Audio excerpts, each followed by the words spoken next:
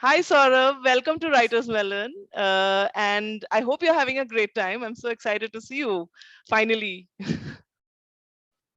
Absolutely. I think, it's absolutely right to be part of this conversation. Priyanka, I've been associated with Writersmelon for a very long time now. I True. think it's been about 5 years, if I'm not wrong. Yes. And to be able to sort of see you finally and have this conversation, I think it's absolutely wonderful.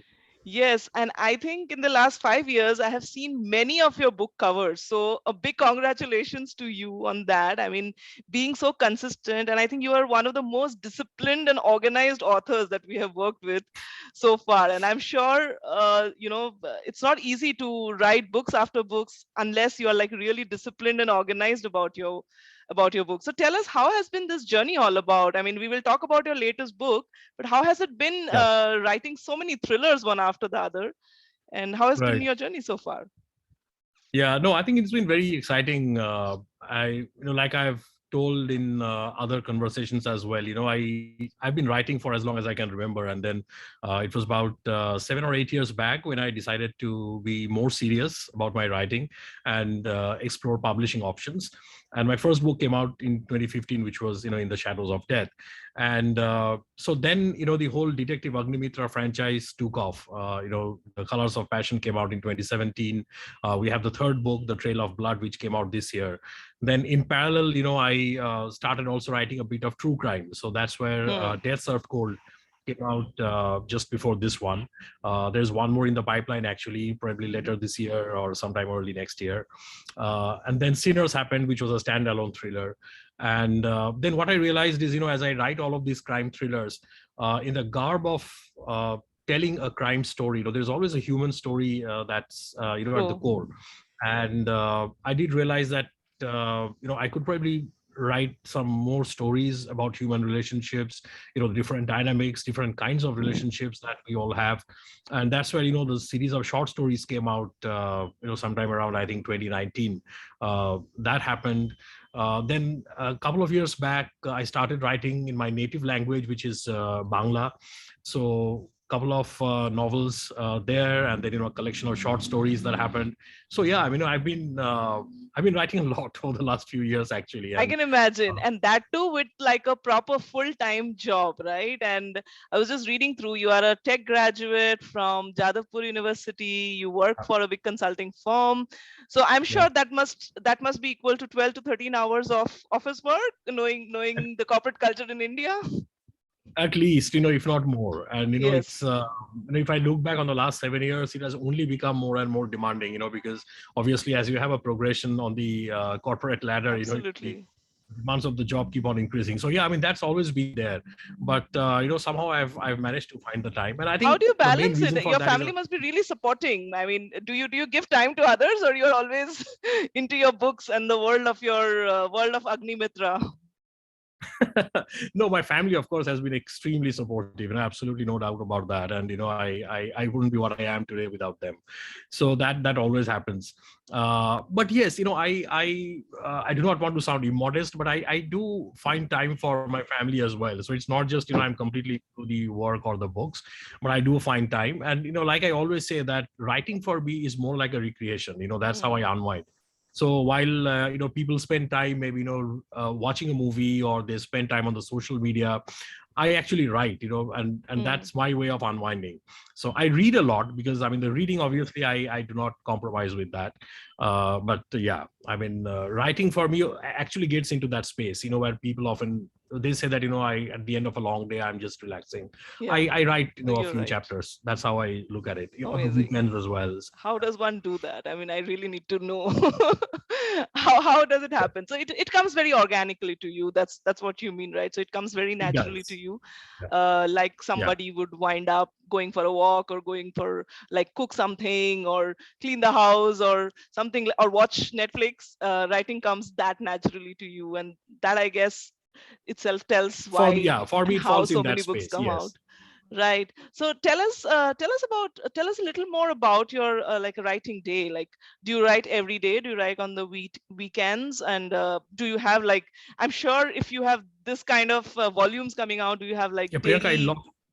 daily Yeah. word counts or things like that? I mean, what is your writing routine like?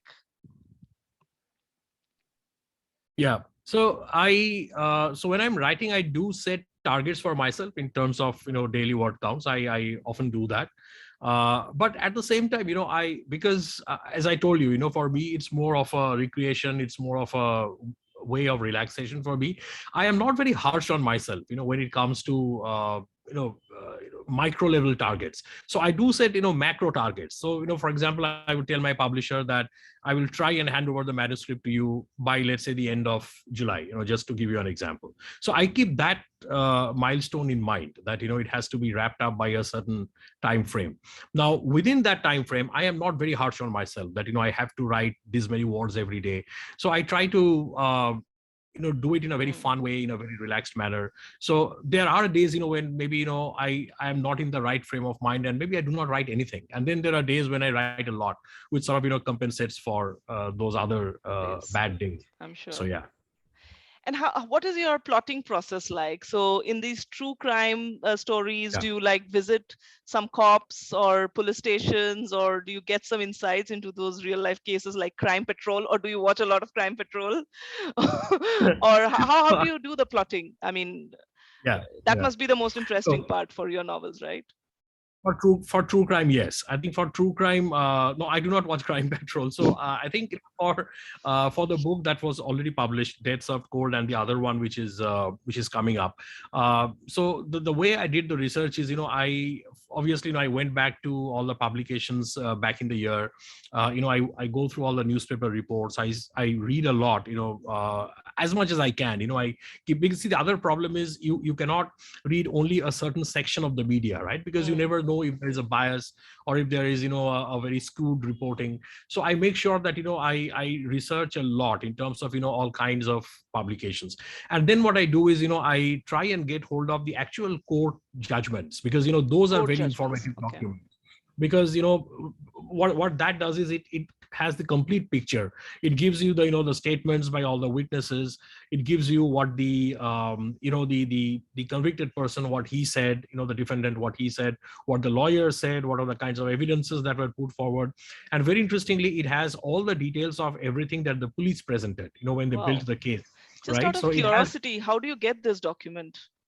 Yeah. So no, Where do there you are get? websites. No, there are websites, and these Okay. are actually available in the public domain. So people can go and find that. and Okay. and these and trust me, these are very exhaustive reads. I mean, these each court statement for a case could run into hundreds and hundreds of Wow. pages, and in that legal language, Legal because it's language. not very straightforward colloquial language. True. So it has a legal language, but then you have to do that amount of research, when you are writing true crime, because you cannot take too much of creative liberties when you are doing that. So I go through a lot of that. And then on certain specific cases where I do have questions, then I do reach out to people who might have been associated with the investigation, or might know somebody, or could sort of source the information for me from some places. I also do that off and on, but primarily these are the different sources of information. And then of course the big challenge with writing true crime is that while you have to be authentic and you have to stay true to the actual incident, you cannot make it a very boring read. I mean, it should not read True. like just a newspaper report at the end of the day. So you have to Absolutely. put in some amount of your creativity and your imagination, and but at the same time do not make it too frivolous, or it should not be like too fictitious. You have to Correct. strike the right The balance. balance. So yeah, so I think that makes writing true crime more challenging, because when I'm writing a novel that I have thought about, it's completely my world, right? I mean, I can write everything that I've imagined, but true crime puts a constraint on you. Absolutely. The other thing that I was thinking of asking you is, so when you write, do you first start building the characters, or do you first think about the plot? And how does it go? I would assume that in a thriller, it would largely be the plot first, because characters most of the times look the same, right? There is one hero who is mostly a detective or a police, and then there are bad guys. So, Right, right. but how much of Yeah, layering yeah. work does No, happen in character building in a hmm. crime fiction? So it starts with the plot. You are right. So it starts with the plot, and in fact, for me, it sometimes just starts with a very basic idea, and the plot even comes later. So just to give you an example, when I wrote In the Shadows of Death, the basic idea that I had was, the sexual exploitation or the sexual harassment of the male, whether it's a male child, or a man at the workplace. So that was the idea, then the plot sort of germinates from that. And similarly, when we talk about the Trail of Blood, it started with a basic idea that what happens is, when a small town boy or somebody from a small town comes into a big city, it's a huge shock for that person. It's a culture shock. There's a question of acceptability, and then how do you cope with that? And then things could go south for you, and then what kind of impact does it have on your psyche, for the rest of your life? And these Right. are very life cases these days, as people are moving around cities and for their livelihood and so on. So it starts with that idea, and then there are the basic then the plot comes, and then of course the basic characters are there in my mind. And then when I'm writing a thriller, of course you need to bring in that degree of complexity, right, where you need to introduce more characters, make the narrative slightly more layered. And the moment you bring in the characters, there is this whole challenge of the character development, because every character ideally should have an arc, Correct. and especially when you are especially They when the grow story with the ends, story. Yeah. they grow with the story. And that often happens with me, and again, for me, that often is an organic process. It's not a very sometimes it's not a planned process. As I start writing, the characters almost start having lives of their own, and they sort of grow, and they behave in a certain manner. But what I always try and make sure is that I bring those character arcs to some kind of a logical conclusion, so that pretty much is the sequence of how it all goes. Correct. So I think before we started recording, I was talking about the covers, and you were Yeah. really explaining a lot about the covers. So tell us, how inspired are you from some of the best-selling, some of the most popular international crime thrillers, for example, let's say John Grisham or uh, uh, James Patterson. Yeah. I don't know. I mean, there are like so many of them. And now I think slowly your covers are looking like really top class, I would say. Yeah. So tell Thanks. us, what is the inspiration? How does the work on the cover starts? Right. So quite a few things. See, the first thing that we all realize, and again, like I was telling you before the conversation, that it's not that I will not take the entire credit myself. Mhm. The publishing house also plays a significant role in that, and of True. course, the person who's actually designing the cover. So it's a collaborative process, and it's like we get into WhatsApp groups and we exchange tons of messages. We do multiple iterations of the covers, and then finally, the outcome is in front of everyone. But there are a few things that we are always aware of, and I'll just share that. So one is obviously uh, the cover is the first thing that a person sees about It's the book, true. right? So it's the first, is the face of your book. So it obviously needs to be impactful, and it needs to be impactful, and it also needs to be contextual to the extent possible. It should convey the essence of the book. That's the first thing. Then of course, you the author name, the positioning, the title of the book, they have to be very prominent. And also, Correct. this is becoming more and more important, because what's happening today is that a large section of your readers are actually buying your books online. So it's Mm. not like they're in a bookstore and they're picking up the book, they're reading through the stuff. It doesn't happen that way. Most of the time it's just a thumbnail that people are Yes. actually looking at when they're adding the book to the cart. So the other thing to be aware of is when you are designing the cover, what we also try to think of is, how does it look in the form of a thumbnail? Is the Mm. title prominent? Is the author name prominent? Or if you are adding, let's say, a tagline to the book, is it very clearly visible? So those are some of the technicalities that I would say that we have to be aware of. And then I think, talking of the influences that you said, I think that definitely is there, because when I look at covers of let's say popular series, like the like the examples that you talked about. So there is some level of that. One thing that's happening globally, I think, is the whole concept of a minimalist cover. You do not Mhm. want it to be very complicated. You do not want it to have too many Yes. items on the cover. It has to be minimalist. At the same time, it has to be impactful. So yes, we do work with a lot of constraints, and kudos to the cover designers who are patient, and who can sort of put up with all these barrage of feedback that keeps coming, and then finally we have uh, the cover that really goes with the book. So yes. it's a fairly long process, where we all have to be very patient and very Yeah, it focused on shows what like a we're writing. man who's walking in a jungle and then a big uh, revolver Yeah, in the yeah, front. So somebody right, just walking. right. And this particular book, that latest release that you have, The Trail of Blood, also has a bit of a supernatural element into it, or is it something that was intentional? I mean, to get something which is a post-death kind of phenomenon into your book. So how did that happen? Was this a new sprinkle into your recipe this time? Yeah. No, no.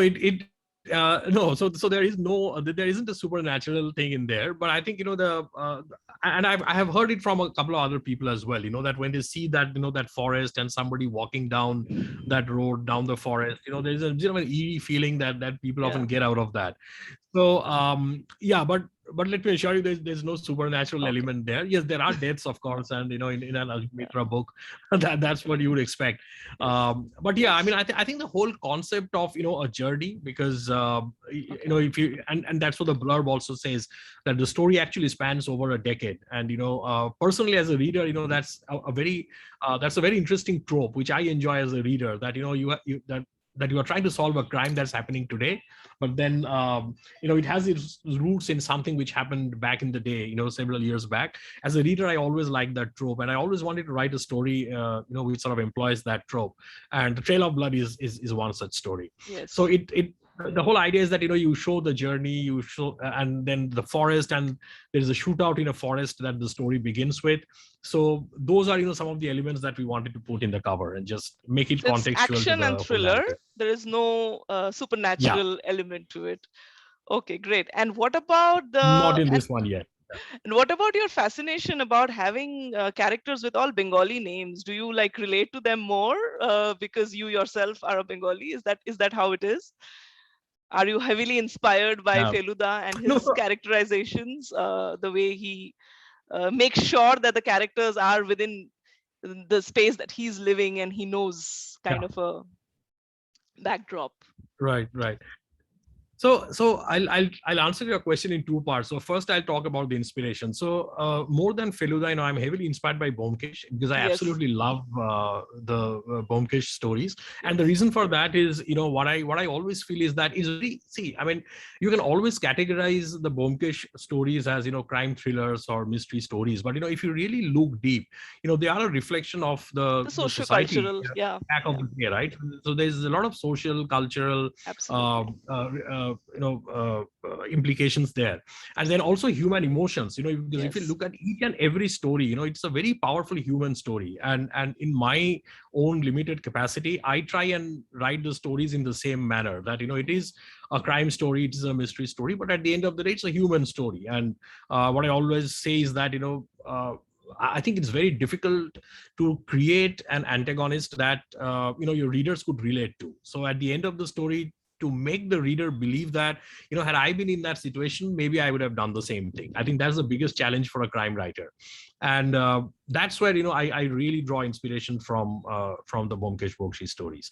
Now, coming to the first part of your question, so see, I try and make these stories authentic to the extent possible. So if there's a story based in Kolkata, and if you look at In the Shadows of Death, The Colors of Passion, The Trail of Blood, these are all stories which are happening in Kolkata, and the yes, most of the characters would basically be Bengalis, right? And that's how you have those. I think if you look at the Sinners, which was actually based in Mumbai, which was a technology company, and it sort of unfolds there. There, once again, pretty much all the characters were actually, they had non-Bengali names, because they okay, were not Bengalis. So yeah, I mean, I try and do that, but at the same time, I keeping in mind the fact that my books are being read by a national audience, which is not restricted only to Bengal. I try and take Bengali names which people would find relatively easier to pronounce and remember. I do absolutely. not go into the really complex Bengali names. I try Because and there can avoid be that. many real Because, complex Bengali oh names. yes, absolutely, absolutely. So I make sure that I don't go down that route. So I use simple names like maybe Debolina, which people can remember, Devolina, or an Agnimitra. Ayushman, which was in shadows, Agni Mitra. Yeah. So I try. Yeah, that's something which I consciously try. That I will not put in the really complex Bengali names. So yeah. Yes, yes. So I'm very happy to have this conversation and getting a sneak peek into the your book. I'm looking forward to read it. I've already downloaded it on my Kindle, Sure. and I wish you all the best. I Awesome. mean, many more to come, right? Absolutely. Fingers crossed. Quite a few on the pipeline actually, and we'll Great, find out in the next couple of years. So yeah. great, great, great. So have a nice day. Thank you so much for talking to us. Wish you all the best, Yeah. Saurabh. Thank you so much, Priyanka. You have a Bye. great one too. Thank And you. talk to you later. Bye bye. Yes, bye bye.